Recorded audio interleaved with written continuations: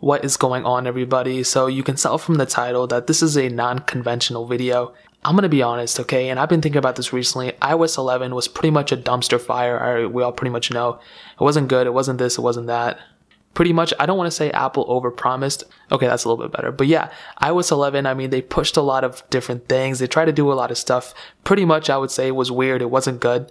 But I do think it was important, okay? And I know that seems kind of weird. How can something not be good but be important at the same time? And I'll be honest, okay, iOS 11, even though it wasn't good, it did bring some new things to the table. And even though right now we won't really realize it, or we don't think it's cool or it's useless, I do think in the future, some of these key features that iOS 11 brought will be super awesome.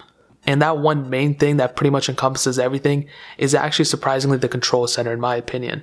So when you get to the control center, you know, it's just a simple layout. It's pretty much everything. And especially going from iOS 10, I'll show you iOS 10 real quick.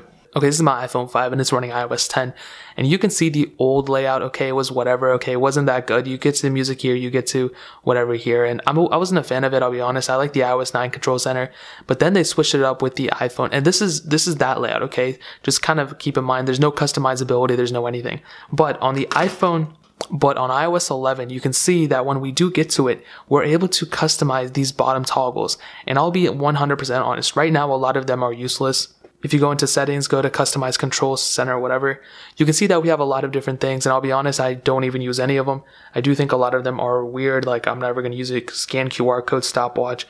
I'm never going to use it. These things I barely even use right here. I probably use low power mode the most, but I'll be honest, like I do see a future with this, okay? And even though iOS 12, they didn't bring anything, I do think with iOS 13 and possibly even within iOS 12, they might add more features within it that'll make it way more, not user-friendly, but you'll be able to customize a lot more.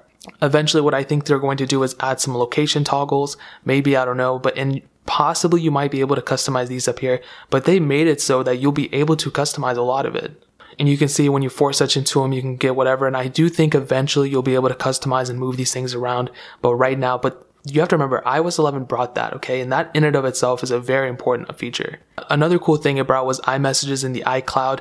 That's very cool. That's very important. Even though they brought that into the later part of the update or of iOS 11, I do think that in and of itself is a very good feature as well. And that's going to be ported over pretty much to every single version of iOS right now. So that means if you break your phone or whatever, you'll be able to use it after, and you'll be able to get those messages after instead of, having to pray that they're on an iCloud backup or something. Another cool thing it brought is actually already within customized controls, and that's screen recording. iOS 11 brought screen recording. Now, you could have technically screen recorded before on like iOS 10 or whatever, but that is a very good feature as well. And also, if you want to go one step further into the screenshotting, the screenshot usually comes right here, and you are able to just like use whatever and crop it out and draw a markup on it or whatever, and you're able to just send it from here and use it however you want to, and then delete it right after. So instead of just saving it on your phone and wasting memory, you're able to do that, and that's a really cool feature as well.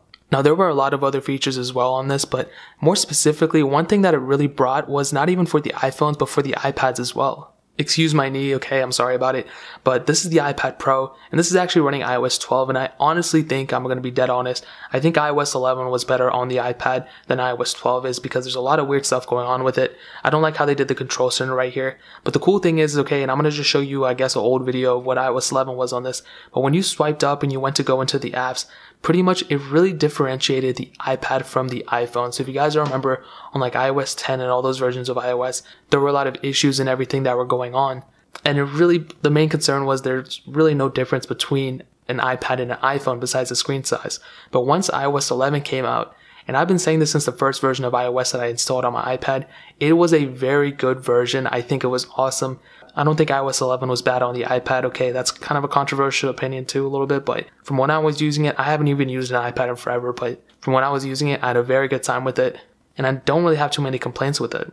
But it really brought in a little bit more. I mean, it brought in more differentiating factor between an iPhone and an iPad, because you're able to go use it more like a MacBook. You're able to drag and drop. You're able to do split screen, which you could do before, but it was just a little bit more cleaner this way. The gestures were there, and it was just such an awesome experience. And I liked it a lot, and going especially from iOS 10 to iOS 11 on an iPad was a very, very different, it was a noticeable upgrade. Even though it might have not been perfect, it was definitely better than what I experienced. So pretty much some closing thoughts.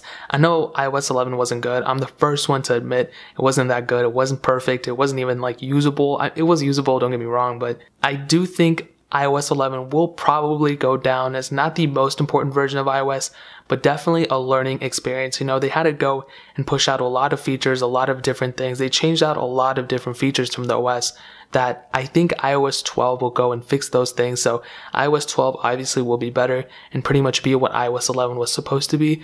But I don't think iOS 11 was the worst version of iOS. I don't think it was crazy horrible. I do think as a whole, because there were so many people using it, there was like 86% of people who had iPhones on iOS 11.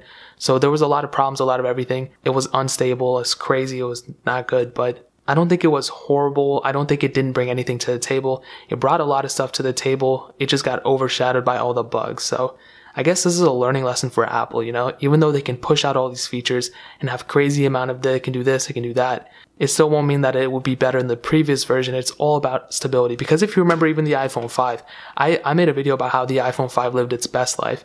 And that's because it started off getting a certain version of iOS and it had a long lifespan, but it ended on iOS 10. And even at that point, you know, it could have just ended on iOS 9 or whatever. They kept it at iOS 10, which isn't unheard of, but iOS 10 was very, very good and I liked it a lot. And that's because this phone is, you know, is still usable, I would say. If you had to use this phone right now, it wouldn't be a crazy thing. It wouldn't be a crazy feat. You would still be perfectly fine using it. And even though it's not that fast or anything, you could still use this. But if I were to say the same thing, let's say the iPhone 5S, for example, that stopped getting updates at iOS 11, okay? I don't think I would have used the iPhone 5S on iOS 11 just because of the stability factor. I don't care how many features are in it, but if the phone's not stable, then what am I going to do with it, you know? And that's pretty much where I'm going to leave it at, you know? Basically, the underlying factor of this whole entire thing is iOS 11 brought a lot, it just wasn't stable. And I think that's a really important thing to know for a lot of phone manufacturers and OS facturers or OS developers out there. Just because you add a lot of features into an OS version doesn't necessarily mean it's going to be a hit. It's all about the stability at the end of the day. And that is pretty much it. If you guys have any questions or anything, leave it down in the comment section below. Hit that like button, but definitely hit that subscribe button. Every single subscriber we get really does count, so it'll mean a lot if you guys could hit that. And also, I started up a second channel. Well, I had this channel. Let me just take a second. I've had the second channel for a minute now, okay? And I haven't uploaded in a while, and I was like, you know what? I kind of want to start publishing videos and making videos that usually I wouldn't make on this channel, because this channel is basically more tech-related stuff. But things that aren't tech-related, like I'm going to make a video later on about, like, my thoughts on Steve Jobs and the whole, like, him not being a great person and thing like that. I'm gonna make a video about that. I'm gonna have it out probably later today. And basically, if you find these videos interesting, you're probably gonna find those videos interesting as well. It's just looking like I'm in heaven right now about how bright it is. But I don't want to flood like your inbox and your main page of YouTube of like videos that have nothing to do with probably things you're interested in. So if you want to go and check out some of those videos, the name of that channel is Lo-Fi Alpaca. It's like a link in the description. It's like the first 3 links down there. But also, if you click on my channel and you go to my like featured channels, it's right there too. So make sure you guys go and check that out. And also hit the subscribe button. I'm trying to get like 1,000 subscribers on that very, very soon. So if you guys could hit that, that'll mean so much. Also check out the other links down in the description as well. My second channel, obviously.